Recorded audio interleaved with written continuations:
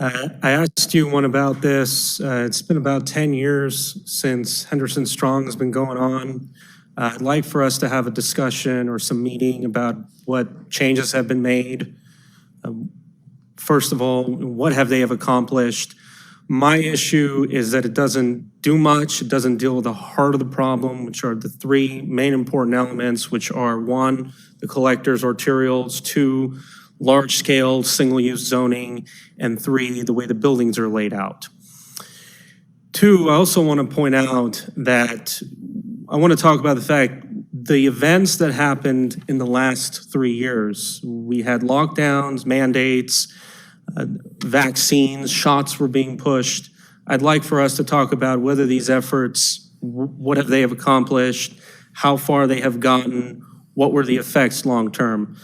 Because I've been hearing a lot of mixed reviews, and I want to know exactly about these negative reviews and how this is going to affect, frankly, this entire world for the next decade or so.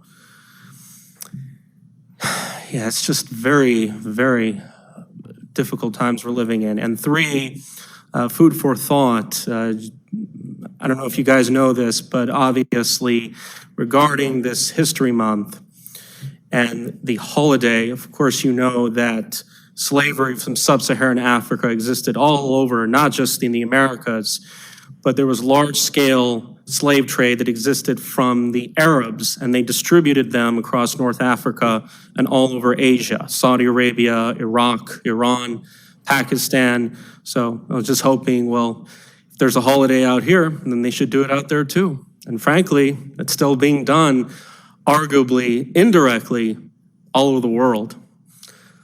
Thank you so much. I'll yield my time.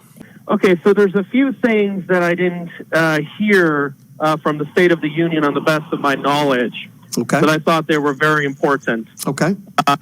And if I may go on, 5 points. One is the labor force participation rate. No mention about that for 25 to 54-year-olds, because that's very important. No mention on what caused the inflation, because we know that the COVID lockdowns had an effect to it with the supply chain. Hold on. Let me stop you. Hold on. Let me stop you there, and then I'll let you continue. He did mention the cause of inflation. He mentioned the war in Ukraine. He talked about Russia and that war and Vladimir Putin. And of course, he talked about COVID. Those are the two main reasons why we've had inflation. So when you say he didn't mention the causes, that's just not factually accurate. He did. Okay. I didn't hear that. My apologies. But I was hoping I'd hear an update on... Wait. Hold on. You listened to the entire speech, right, sir? Cyrus? You listened? You watched the whole speech. Okay. You're telling me in that speech you don't remember or recall him talking about the war in the Ukraine or COVID? Is this a serious call? I did hear that. Oh, okay. I did hear that. Well, you just said you didn't. Those are the... Yeah. I thought, Cyrus, you were going to say that you believed that inflation was caused by excessive spending, and so that you didn't hear him take ownership that excessive spending caused inflation, but you didn't go there. So I was going to try to bail you out with that one. And on the supply chains, I didn't hear a whole lot of him talking about that. Now, another issue he didn't talk about was the housing bubble and the fact that, remember, when Obama got elected, we had a financial crisis.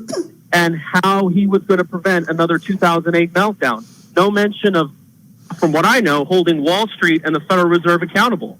No mention about why we're having towns along the border that are being overrun by migrants. I hope that's not true, but that's what I'm hearing. And the fact that, well, speaking of that, the state of Nevada wants to expand Medicaid to include people regardless of their immigration status. Okay, so let me ask you a question. If you have somebody who is undocumented that is dying or is in dire need of medical attention, do you not think we should help them? Well, they can get help. It's just they can pay it through their own pocket. Okay, but how are you going to do that if you don't have money? Okay, well, what's going to happen if we have millions that come over and demand care? Who's going to pay for it? You know what the problem is, though, and I think this is what he's not alluding to in a really eloquent way. So I know a lady here in town who recently she's 60 years old. She had a terrible fall. She had a horrible break in her leg and in her back, and she needs home health. She's not on Medicaid because she's not Medicare. She's not old enough. She's not on Medicaid because she doesn't qualify for that. And she's really not eligible for any of the care that she needs. And she's kind of like stuck on her own, even though she has insurance. Yet, there are people who come over here illegally. They're working here illegally. They are not U.S. citizens, yet they can get the full care that they need. Ultimately, the system is broken. And the Democrats say the answer to this problem is, well, let's just have socialized Medicare for all, and that would solve the problem. I would argue that will not solve the problem. It will just make care go down and costs go up. But there is a problem. I don't think anyone's saying if somebody's in need that they shouldn't get the help they need. No, obviously they should. The question is why do some people get it for free and other people don't? And Brian, you and I both know, because we pay for our own health care. We pay out of pocket. We're not getting it from our employers. It's not fair, and we need to make the system better. I understand. Okay? Cyrus, I want to add this. Listen, in every State of the Union, there's going to be things in there that you wish the president spoke about that he didn't. There's things I wish he spoke more about the Chinese balloon, right? But I agree. But here are the important things that he spoke about that I believe are top of the list here. Obviously, he talked about the economy. He talked about Medicare. He talked about COVID.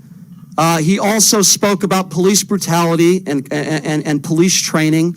He spoke about taxes. So I think for the most part, in general terms, he touched on a lot of really important issues. I understand what you're saying. There's certain things that he could bring up and more things that, maybe he should have, quite frankly, brought up. But because we elected Obama to tackle the greed on Wall Street. Glass-Steagall has not been returned.